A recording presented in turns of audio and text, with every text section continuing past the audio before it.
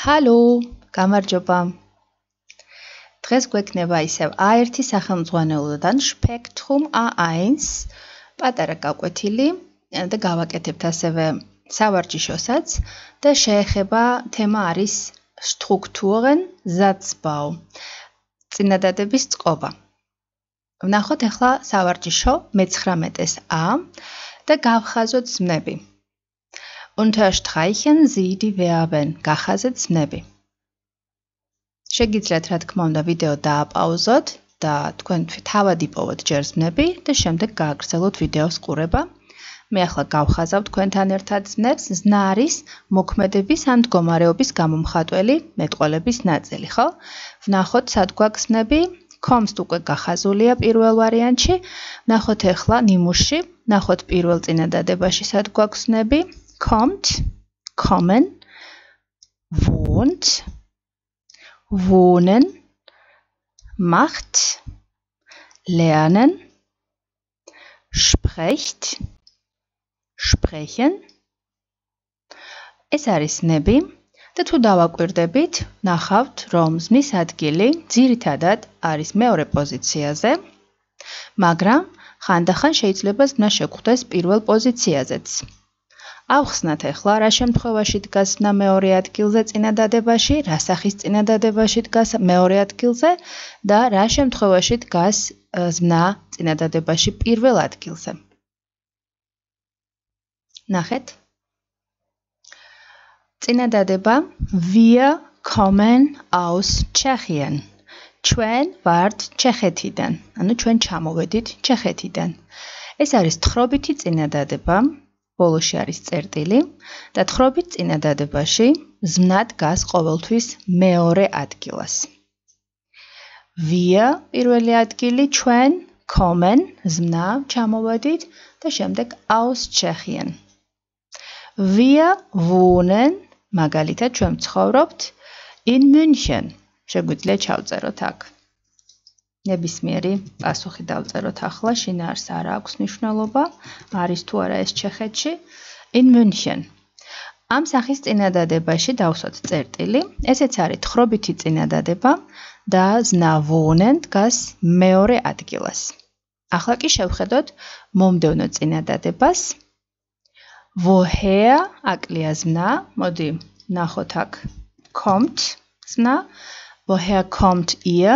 An welche Sprachen spricht oder sprechen?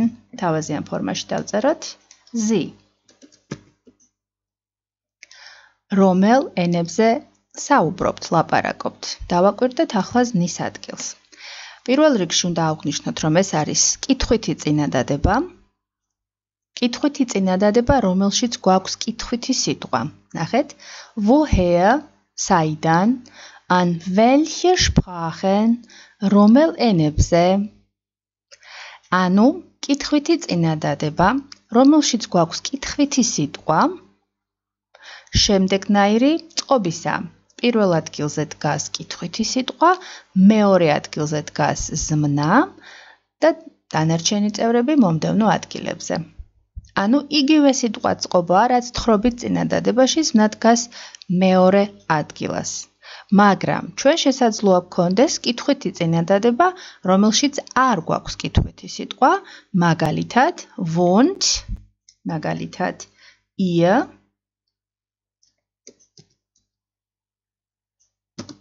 ციცოთით.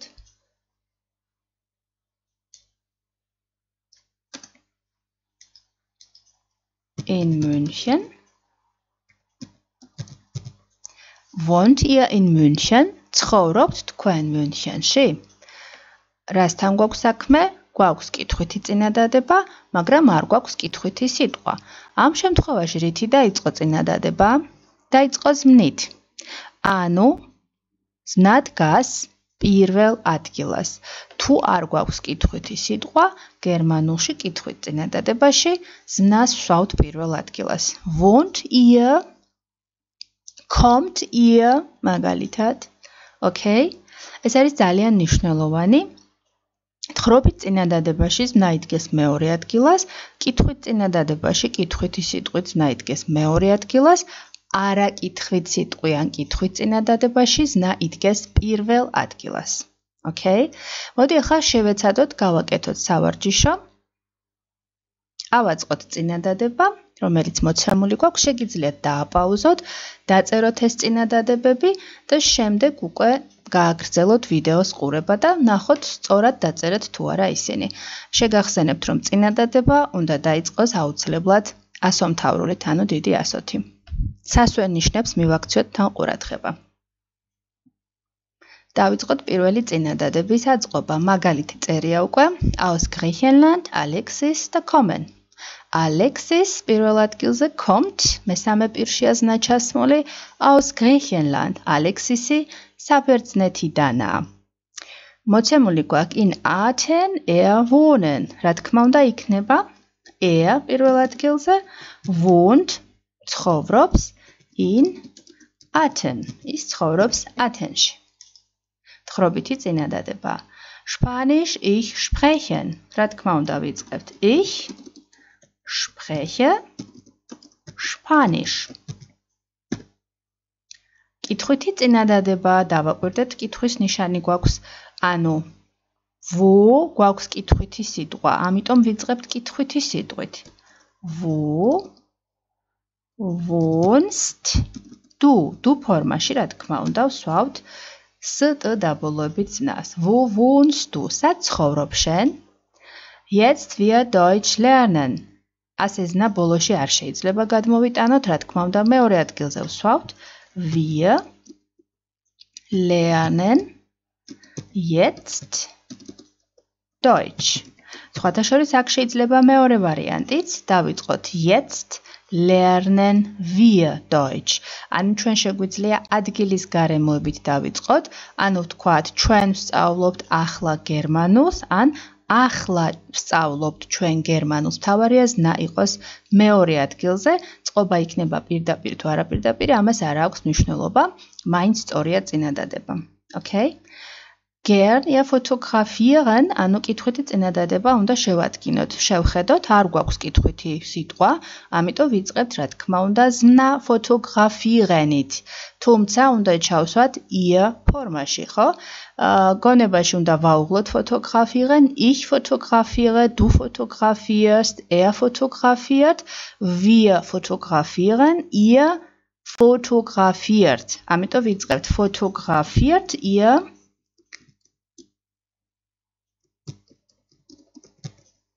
gern გიყვართ ფოტოების გადაღება? აი ესეა.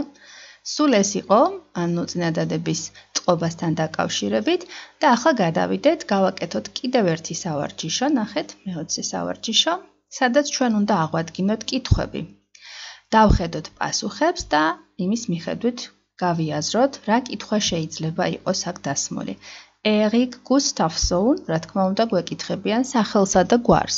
Wie heißt du oder wie heißen Sie? თავაზიან ფორმაში რა გქვია შენ, რა გქვიათ თქვენ. Ich komme aus Schweden.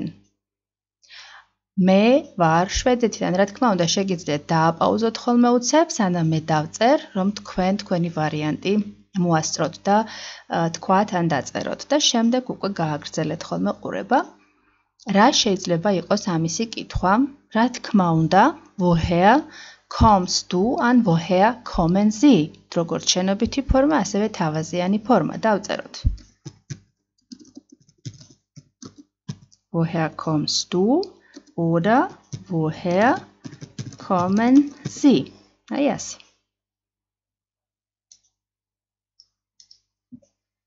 In Stockholm. გაიაზრეთ რა შეიძლება იყოს კითხვა? Diach, wo wohnst du an wo wohnen Sie? მე მარტო du ფორმას დავწერ. თქვენ შეგიძლიათ, რა თქმა უნდა, Sie ფორმას დაწეროთ. Wo wohnst du? სად ცხოვრობ? In Stockholm. Ich spiele gern Gitarre. ნახოთ რა კითხვა შეიძლება იყოს აქ დასმული. მე მიყვარს გიტარის დაკვრა. კითხვა შეიძლება იყოს, მაგალითად, was machen Sie gern? ანუ რისი კეთება გიყვართ? შეიძლება იყოს was spielen Sie gern? ან du ფორმაში was spielst du gern? oder was machst du gern? მე დავწერ ამ შემთხვევაში was machst du gern? რისი კეთება გიყვარს? Ich spreche Schwedisch und Englisch. რა კითხვა იქნება?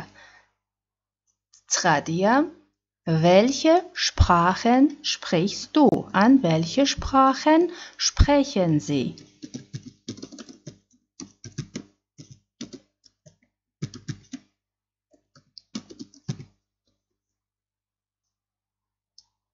Da bolo. Ja, ich spreche ein bisschen Spanisch.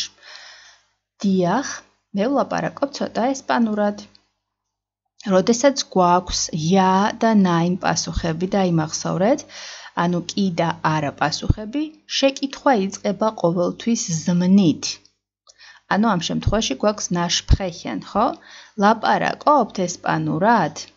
ან ლაპარაკობ ესპანურად? მე du ფორმაში დავწერ. Sprichst du Spanisch? Ai ასე. Ja, ich spreche ein bisschen Spanisch. კი მე ცოტას ვლაპარაკობ ესპანურად. იმედია, რომ ამ სავარჯიშოებით და წინადადების წყობის განხილვით ცოტა რაღაცა მაინც შეიცვალა თქვენთვის უკეთესობისკენ. გაიგეთ ეს მასალა, ან თუ იცოდით უბრალოდ გაიმეორეთ და დარწმუნდით, რომ სწორად იცით ეს მასალა, წარმატებები. არ გავიხდეთ, მოიწონეთ ვიდეო, რათა გავაგრძელო ვიდეოების ჩაწერა და დააკომენტარეთ. გამოიწერეთ არხი. Tschüss!